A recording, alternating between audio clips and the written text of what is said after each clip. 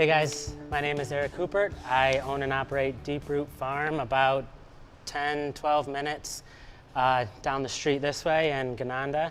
And Paul asked me to talk today about crop planning, specifically the use of 10 smart farm software, something that just released this spring that I've adopted and really love. I hope it can be a viable tool for you guys. Has anyone heard or is using Tend?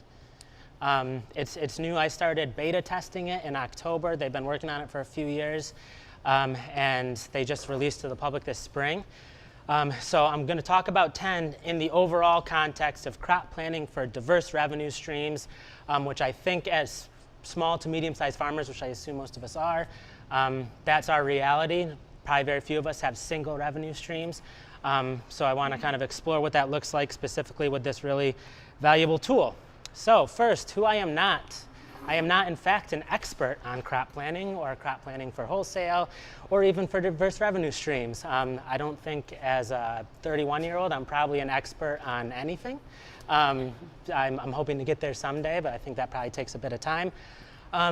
So I'm not probably going to drop any like super profound, life-changing knowledge on you, but I hope to start a conversation that I think is valuable and matters. So who I am a farmer going into my 5th season.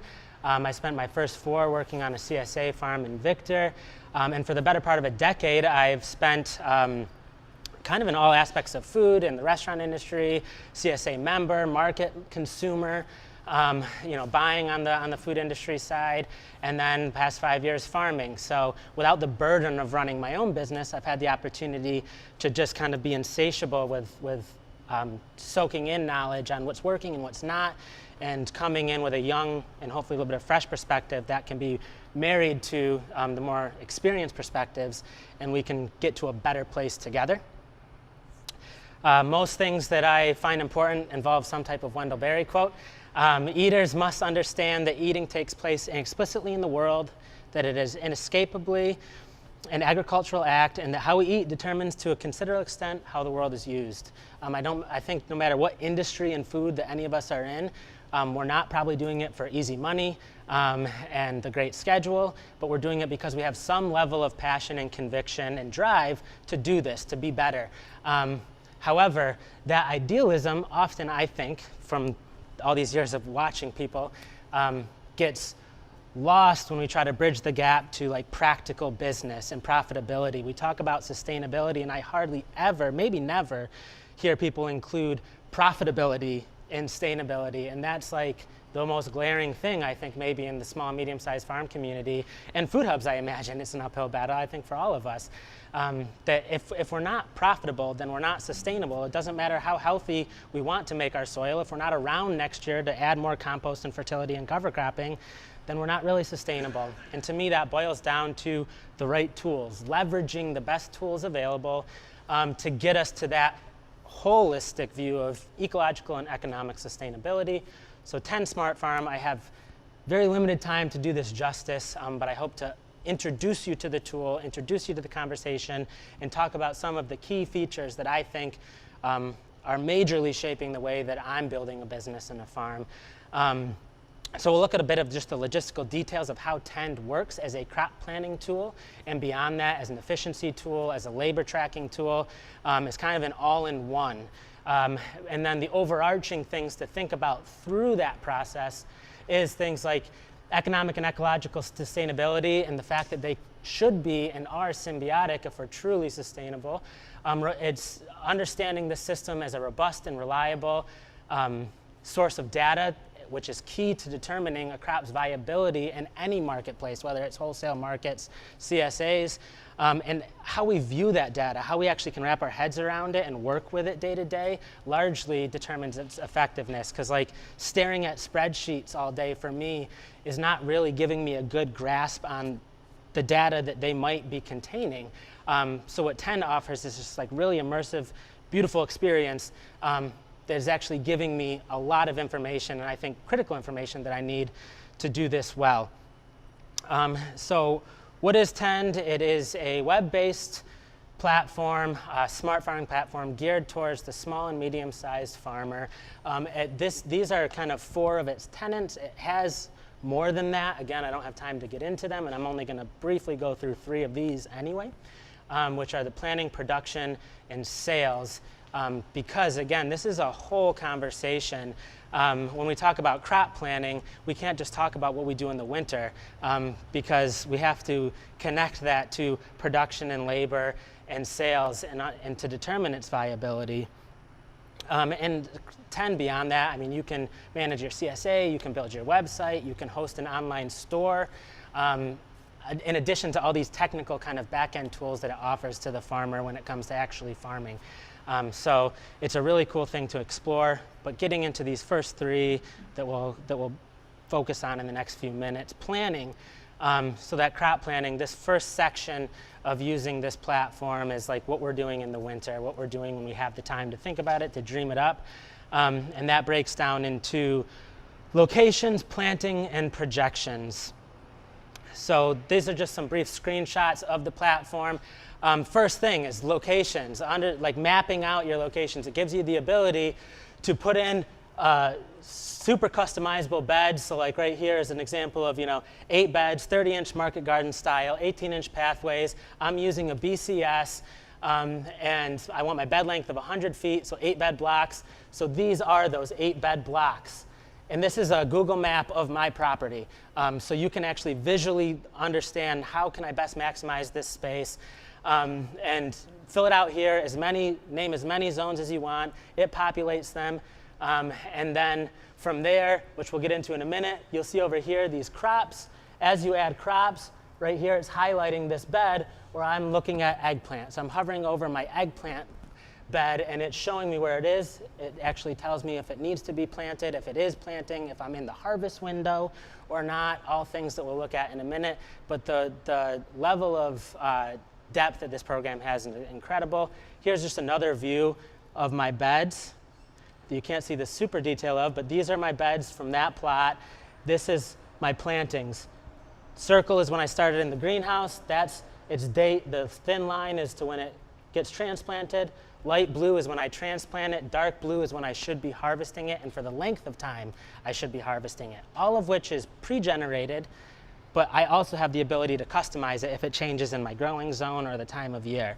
So it's pretty freaking awesome. Adding plantings and projections. So I'm adding a planting of Salanova right here. All of this is automatically generated as a huge library of varieties from different seed companies, your average date to maturity, the typical plant spacing, the typical rows per bed based on how wide you made your beds, the average yields that you're getting out of those, the average price that they're aggregating nationwide, so that has some flexibility, but it gives you somewhere to start. It shows you how you select, I want to do 128 cell flats. I want 1 seed per flat with 20% more seeding than I need to transplant because we're going to have germination issues or pest issues. It shows you how many total trays you need and how many total seeds you need. So if you're a certified organic, I mean, this is huge anyway, but all of this record keeping is in one place. If you're certified organic, like literally say goodbye to Excel and just like you can actually export these CSV files and send them to your certifier, and they have all of those records in, kind of at hand, so like you can put in notes when you're ordering seeds. I got organic, or I got conventional Socrates. I know that grows organic, but just as an example, and I can put in the notes.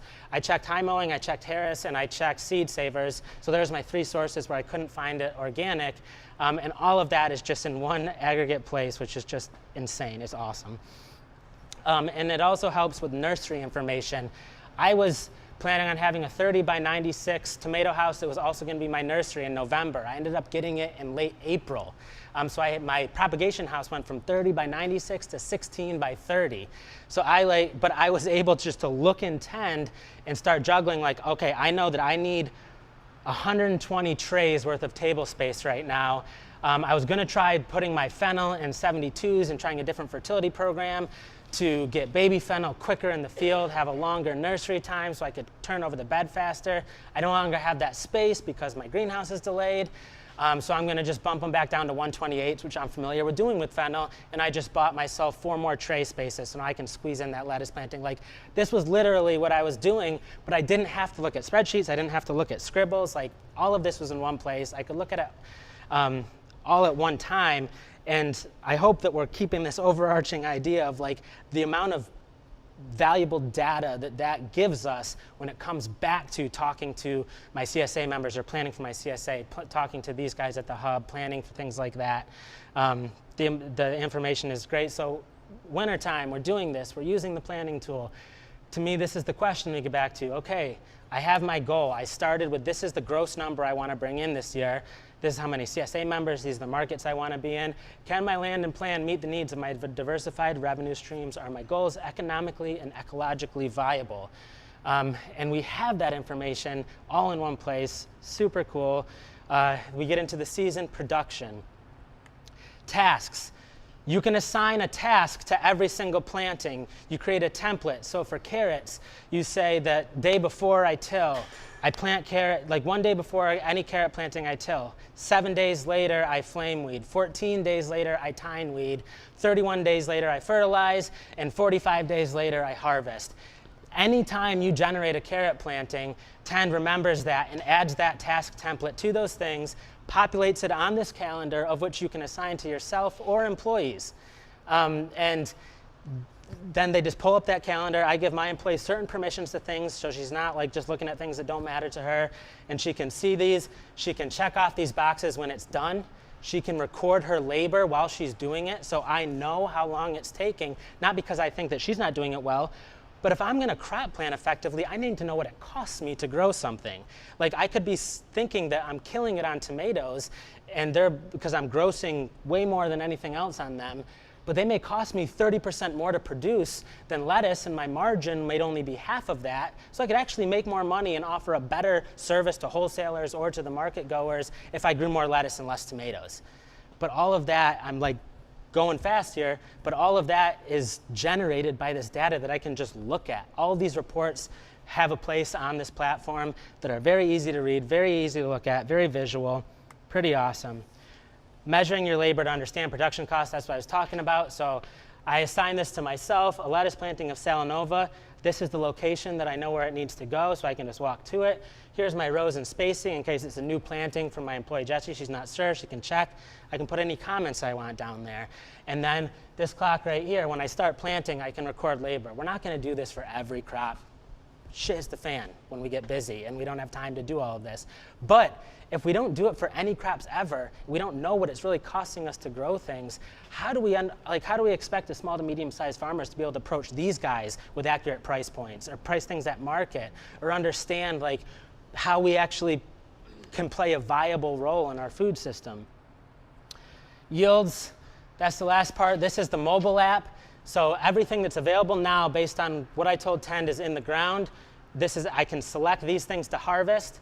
I can select where I want it to go. This is for Headwater. This is for Brighton Farmers Market. I can populate the number of units. Jessie can be harvesting those, checking off as they go.